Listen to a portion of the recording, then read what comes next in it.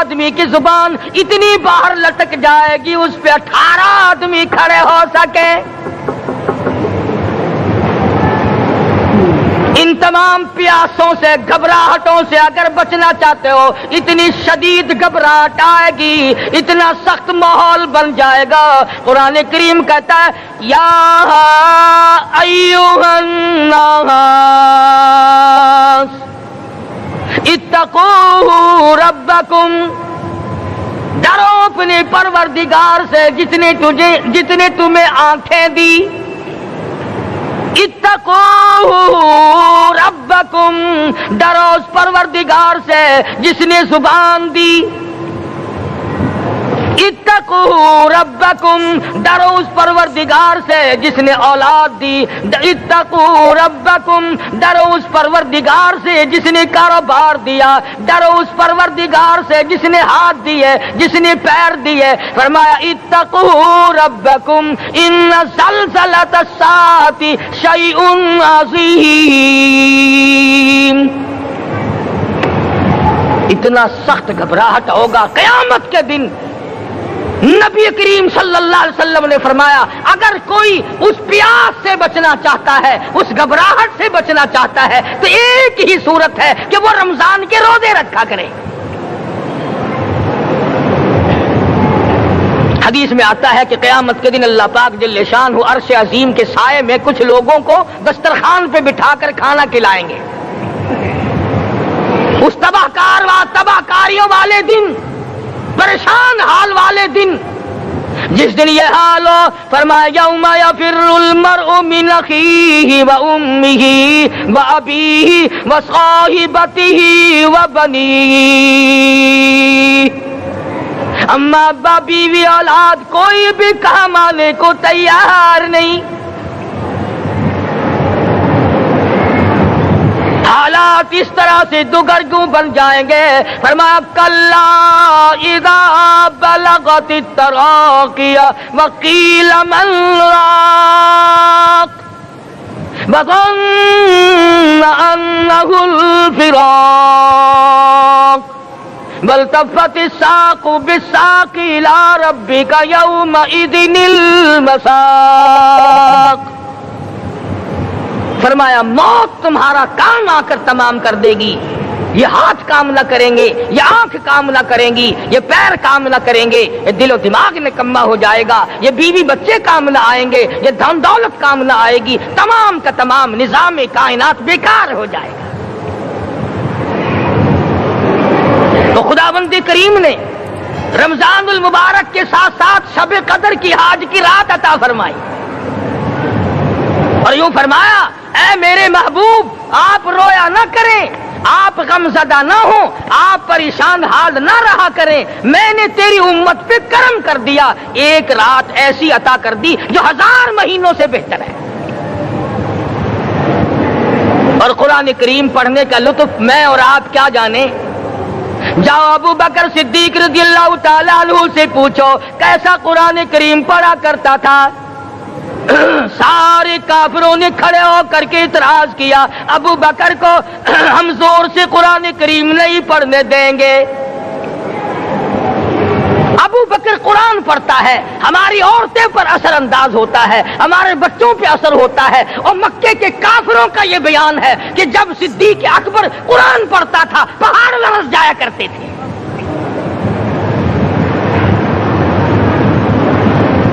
صدیق سے قرآن پڑھنا سیکھو.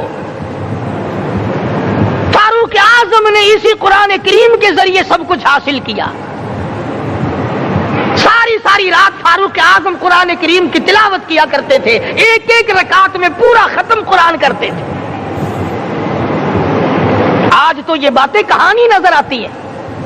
صدیق اکبر سے قرآن پڑھنا سیکھو, فاروق اعظم سے قرآن کریم پڑھنا سیکھو. سیدنا عثمان ذی النورین رضی اللہ تعالیٰ ایک رات میں اور ایک رکعت میں پورا قرآن ختم کیا کرتے تھے. نبی کا دوہرا داماد عثمان ذی النورین, جس کو دیکھ کر حضور اکرم صلی اللہ علیہ وسلم فرمایا کرتے تھے اور لوگوں میں عثمان سے حیا نہ کروں جس سے آسمان کے فرشتے بھی حیا کرتے ہیں. جس کا آسمان والے فرشتے بھی ادب کرتے ہیں، میں اس کا ادب نہ کروں؟ سیدنا علی مرتضیٰ رضی اللہ تعالی عنہ ایسا قرآن کریم پڑھا کرتے تھے، سارا زمانہ شاہد ہے، سارا زمانہ گواہ ہے کہ جب وضو کرتے رنگ پیلا پڑ جاتا، مسجد میں قدم رکھتے بے ہوش ہو جاتے۔ کسی نے پوچھا امیر المومنین کیا بات ہے؟ فرمانے لگے اللہ کے دربار میں کھڑا ہونے لگا ہوں، ڈرتا ہوں کوئی بے ادبی نہ ہو جائے۔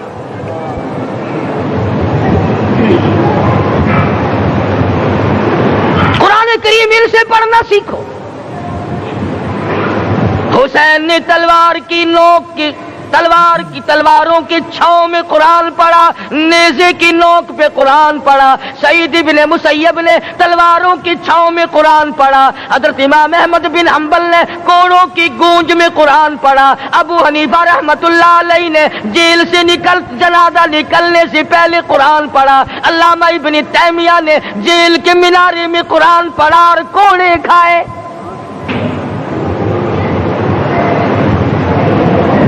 تم بھی قرآن پڑھتے ہو، جب کوئی مر جائے نا پھر قرآن پڑھتے ہیں، اور وہ بھی صحیح سالم پورا نہیں ہوتا۔ کیوں پڑھے؟ کوئی باپ مرے تیرا قرآن کریم پڑھے مولوی، کیوں؟ تیرے باپ کے نوکر ہے مولوی؟ تم خود کیوں نہیں پڑھتے؟ تمہارا خود کا تو یہ حال ہے کہ جن کپڑوں میں باپ نے دم توڑا، جن کپڑوں میں ماں نے دم توڑا، جن کپڑوں میں گھر والی نے دم توڑا، جن کپڑوں میں بھائی نے دم توڑا، وہ سارے کپڑے الگ رکھتے ہو۔ ارے ظالمو، تمہیں اپنے ماں باپ کے کپڑوں سے نفرت ہے۔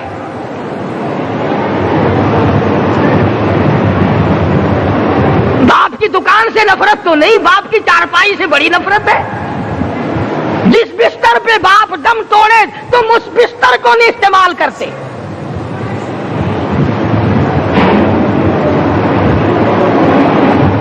رسموں میں ڈوبے پڑے ہیں لوگ، رسمیں بنا رکھی ہیں، یوں کرنا چاہیے اور اس طرح سے کرنا چاہیے۔ لہد کے پانی سے بچو، مردے کے کپڑے سے بچو، مردے کی چارپائی سے دور رہو، فلاں چیز سے دور رہو۔ تم نے کبھی یہ بھی سوچا کہ اگر تمہارے بس کی بات ہو تم موت سے بھی دور رہ کے دکھاؤ نا؟ اور وہ تو یہ شکر ہے کہ اللہ پاک نے قانون موت کا اپنے ہاتھ میں رکھا، ورنہ یہ جتنے بڑے بڑے ہیں نا، یہ سارے کے سارے فرشتوں کو پیسے دے کر ہمیں مرواتے رہتے۔ یقین جانو سرمایہ دار اور یہ بڑے بڑے افسر سب بچے رہتے، ہمارا تختہ نکلوا دیتے۔ شکر ہے اسرائیل رشوت نہیں لیتا، اگر وہاں نوٹوں کے تھبے چلتے تو یقین جانو چھپکے سے کان میں کہہ دیا کرتے اسرائیل کے برابر والے کا کام کر دے، میرا نہیں، برابر والے کا رگڑا نکال دے۔ اللہ نے نظام اپنے ہاتھ میں رکھا، پھر بھی لوگ نہیں ڈرتے۔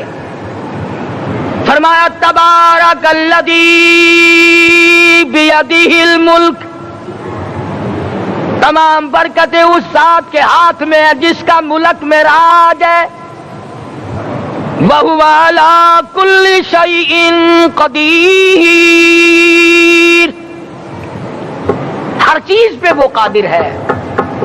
سمندر کا قطرہ قطرہ اس کے قبضے قدرت میں، درختوں کا ایک ایک پتا اس کے قبضے قدرت میں، زمین کا ایک ایک ذرہ رب العالمین کے قبضے قدرت میں ہے، پہاڑوں اور پتھروں کی ایک ایک کنکری اللہ کے اپنے قبضے میں ہے، موت اور زندگی کا نظام بھی اس نے اپنے قبضے میں رکھا ہے۔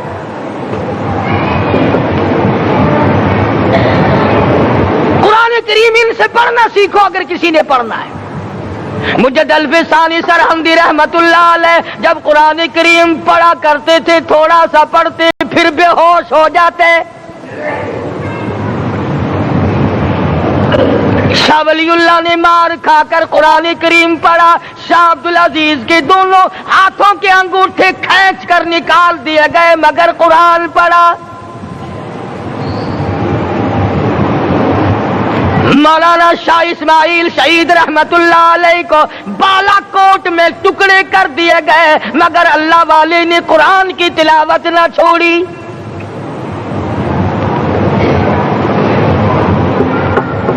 ان حضرات نے قرآن پڑھا ہے۔ ہمیں اگر قرآن کی لذت آ جائے، قرآن کریم کا مزہ معلوم ہو جائے، حلاوت معلوم ہو جائے، ہم تمام زندگی تلاوت ہی کرتے رہے۔ حضرت لاہوری رحمت اللہ علیہ رات دن تلاوت کیا کرتے تھے. ظالم افیسروں نے برف کی سلی پہ لٹا لیا اور حضرت سے کہا گیا کہ آپ اپنے مطالبے ختم نبوت سے دستبردار ہو جائیں. تو حضرت نے جواب دیا میں جان کا سودا کر چکا ہوں، ایمان کا سودا نہیں کرتا. سید عطا اللہ شاہ صاحب بخاری سب کہہ دو رحمت اللہ علیہ جیل میں ہیں. 20 سیر گندم روزانہ پیسنے کے لیے ملتی ہے. پسا ہوا آٹا انتظامیہ کے حوالے کر دیتے ہیں. حیران ہے انتظامیہ، کس وقت چکی چلاتا ہے بخاری، کس وقت پیستا ہے، یہ تو قرآن پڑھتا رہتا ہے. سپرڈنٹ جیل نے چھاپا مار کر دیکھا، پچھلی رات کو قرآن کریم بیٹھا ہوا بخاری پڑھ رہا ہے، سورت یوسف کی تلاوت ہو رہی ہے، چکی خود بخود چل رہی ہے، دانے خود بخود اٹھ کر چکی میں پڑھ رہے ہیں. یہ حضرات تھے جنہوں نے قرآن مجید لذتوں کے ساتھ پڑھا. غازی علم الدین نے پھانسی کی کوٹڑی میں رات دن قرآن کی تلاوت کر کر کے حضور اکرم صلی اللہ علیہ وسلم کا روزانہ دیدار کیا. سلطان نور الدین زنگی رحمت اللہ علیہ ہر جمعرات کو پورا قرآن ختم کرتا تھا اور 1000 دفعہ درود شریف پڑھا کرتا تھا. مدنی کریم صلی اللہ علیہ وسلم کا خواب میں 12 دیدار کیا کرتا تھا. سلطان عالمگیر رحمت اللہ علیہ مغلیہ خاندان کا چشم و چراغ ہے، بادشاہ وقت ہے، قرآن مجید کا حافظ بھی تھا، مفسر بھی تھا، اور مدنی کریم صلی اللہ علیہ وسلم کی 5000 حدیث پاک عالمگیر بادشاہ کو زبانی یاد تھی. اور اتنا اچھا مسلمان آدمی تھا کہ ساری زندگی میں تہجد کی نماز قضا نہیں کی. ساری زندگی میں بادشاہ تہجد پڑھا کرتے تھے. آج تم 2 ٹکے کے آدمی تہجد نہیں پڑھتے. یہی وجہ ہے کہ ہم آج کافروں کے سامنے مرغوب ہیں، مغلوب ہیں، ان سے دبے ہوئے ہیں. کبھی اسرائیل فلسطینیوں کو مارتا ہے، کبھی لبنان کو مارتا ہے، کبھی شام پہ چڑھائی کرتا ہے. یہی وجہ ہم نے قرآن چھوڑا، اللہ پاک نے اپنی رحمت کی چادر ہمارے سر سے اتار لی. کریم کی لذت ان لوگوں کو ملی جنہوں نے ہر موڑ پہ تلاوت کی. صحابہ کرام رضوان اللہ تعالی علیہ مجمعین میں سے ایک رات ایسی آئی، حضور صلی اللہ علیہ وسلم نے فرمایا کہ آج ہماری پہرے داری کون کرے گا. 2 انصاری جوان اٹھے اور وہ کہنے لگے کہ ہم کریں گے. چنانچہ حضور صلی اللہ علیہ وسلم نے ان کو پہرے دار بنا دیا. کمال کی زندگی صحابہ کرام کی. کوئی کسی کی کوٹھی کی چوکیداری کرے گا، کوئی کسی کے بنگلے کی چوکیداری کرے گا، کوئی غلہ منڈی کی چوکیداری کرے گا، کوئی سبزی منڈی میں چوکیداری کرے گا، کوئی کپڑا مارکیٹ میں چوکیداری کرے گا، کوئی لوہا مارکیٹ میں چوکیداری کرے گا. یہ انصاری جوان کتنے خوش نصیب ہے جو کالی کملی والے کے لشکر کی چوکیداری کر رہے ہیں. دونوں نوجوانوں نے آپس میں مشورہ کیا کہ بھئی جاگنا تو ویسے بھی ذمہ لگ گیا، تو سو جا میں جاگتا ہوں. چنانچہ جاگنے والے نے سوچا کہ خالی جاگ کر کیا کروں گا، قرآن کریم کی تلاوت کروں اور نماز کی نیت باندھ کر تلاوت کروں تاکہ پروردگار عالم راضی ہو جائے. فرمایا فاذکرونی اذکرکم واشکروا لی ولا تکفرون. تم مجھے یاد کرو میں تمہیں یاد کروں گا. اگر تم مجمع میں مجھے یاد کرو گے میں فرشتوں کے مجمع میں تمہیں یاد کروں گا، اور اگر تم مجھے تنہائی میں بیٹھ کے یاد کرو گے تو اللہ پاک جل شانہ فرماتے ہیں میں تمہیں عرش عظیم پہ یاد کروں گا. جس نوجوان نے اپنے ذمہ جاگنا لیا، قرآن کریم کی تلاوت شروع کر دی، نماز کی نیت باندھ کر سورت کہف پڑھنے لگا. دشمن کی طرف سے تیر لگا کمر میں، پتہ ہی نہ چلا کیسی نماز پڑھتا ہوگا کہ اس کو پتہ ہی نہ چلا. دوسرا تیر لگا، تیسرا تیر لگا، خون بہ کر سونے والے ساتھی کے نیچے پہنچا. اس نے اٹھ کر شور مچایا نماز ختم کر، دشمن آ گیا.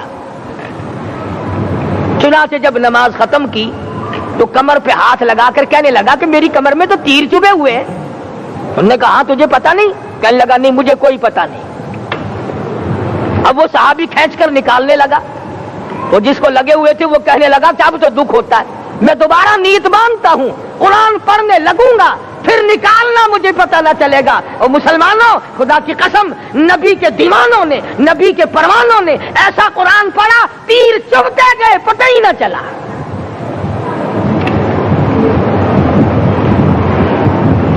میرے نبی تیرے نبی ساری کائنات کے نبی, عرشیوں کے نبی, فرشیوں کے نبی مدنی کریم صلی اللہ علیہ وسلم نے ایک ایک وقت میں 15 دن درختوں کے پتے چبا کر خدا کا قرآن پڑھا.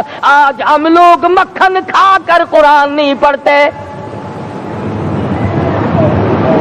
مدنی کریم صلی اللہ علیہ وسلم نے ایک ایک وقت میں 2 پتھر اپنے پیٹ پہ باندھ کر خدا کا قرآن پڑھا. آج ہم لوگ ہزاروں نعمتیں کھا کر قرآن کریم نہیں پڑھتے. سیدہ عائشہ صدیقہ رضی اللہ تعالی عنہا فرماتی ہیں کہ جب رمضان کا چاند نظر آتا تو حضور صلی اللہ علیہ وسلم کا رنگ پیلا پڑ جاتا, دعا میں عاجزی بڑھ جاتی, رکعات لمبی ہو جاتی, سجدے لمبے ہو جاتے, اللہ سے مانگنا بڑھ جاتا. فرماتی ہیں کہ ایک دن حضور صلی اللہ علیہ وسلم نے ساری رات رو رو کے گزاری. تو صبح کو میں نے عرض کیا کہ یا رسول اللہ آپ اتنے پریشان جو ہوتے ہیں کیا آپ کو اپنی بخشش کا یقین نہیں؟ تو آپ نے فرمایا میری عائشہ جب مجھے یقین ہے تو کیا میں خدا کا شکر گزار بندہ نہ بنوں؟ اس نے جو مجھے اتنا بڑا مرتبہ عطا کیا ہے میں اس کا شکر گزار بندہ. زندگی میں ہماری تندرستی کے ہوتے ہوئے, ہوش و حواس قائم ہوتے ہوئے رمضان المبارک جیسا بابرکت مہینہ عطا فرمایا. یقین جانے ہم میں سے ہزاروں نہیں لاکھوں کروڑوں کی تعداد میں گزشتہ رمضان المبارک میں زندہ تھے, کھاتے تھے, پیتے تھے, دندناتے تھے. موت نے جھٹکا مارا, آج قبروں میں آہیں بھر رہے ہیں. اگلا رمضان نہ جانے ہم میں سے کس کو آئے گا دنیا میں اور کس کو آئے گا قبر میں. ایک ایک گھڑی کی قدر کرو, ایک ایک منٹ کی قدر کرو. نہ جانے پھر یہ ساتھ کس کو ملیں گی اور کس کو نہیں. اس لیے کہ دنیا فانی ہے. بڑے بڑے بادشاہ رخصت ہو گئے, دولت مند چلے گئے, حسن و جمال کی پہ کر رخصت ہو گئے. موت نے کسی کو نہ بخشا. حدیث میں آتا ہے, ارشاد ہے محمد عربی صلی اللہ علیہ وسلم کا, حضرت عائشہ رضی اللہ تعالی عنہا فرماتی ہیں کہ جب رمضان کا چاند نظر آتا سرکار دو عالم صلی اللہ علیہ وسلم کا رنگ پیلا پڑ جاتا, رنگ فک ہو جاتا, پریشان سے نظر آتے. صحابہ کرام میں سے کسی نے پوچھا کالی کملی والے کیا ہوا؟ فرمایا بابرکت مہینہ آ گیا, امت کی نجات کے فکر میں ہوں.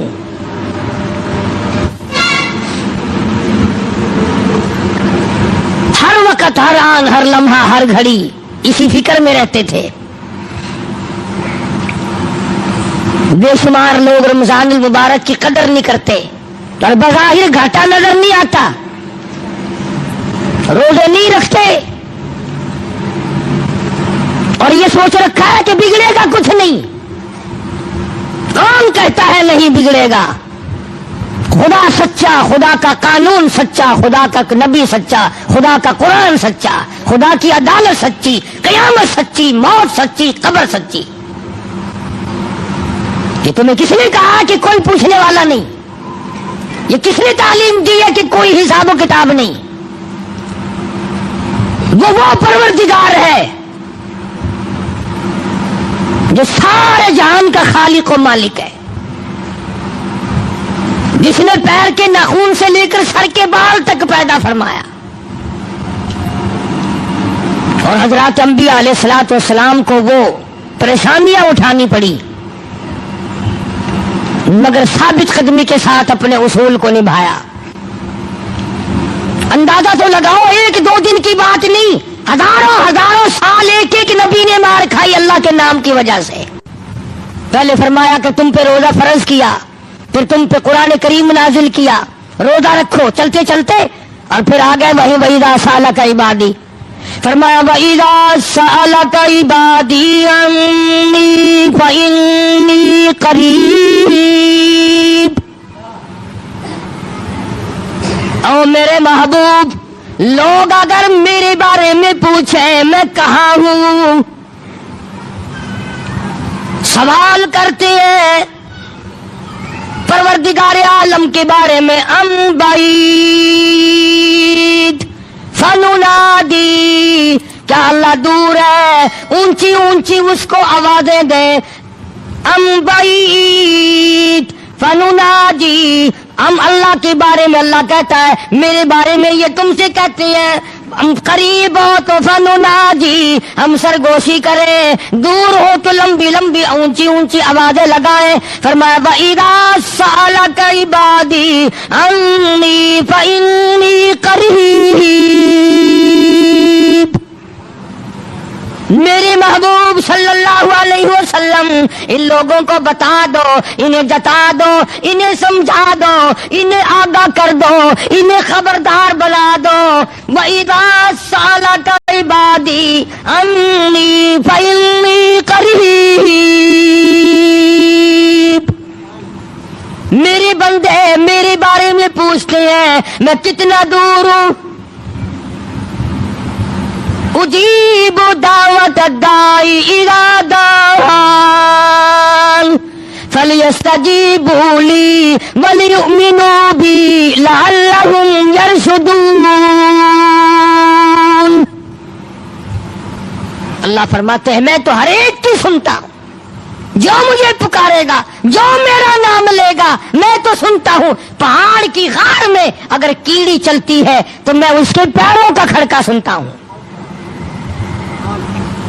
اور خدا جو ٹھہرا، بے نیاز جو ٹھہرا،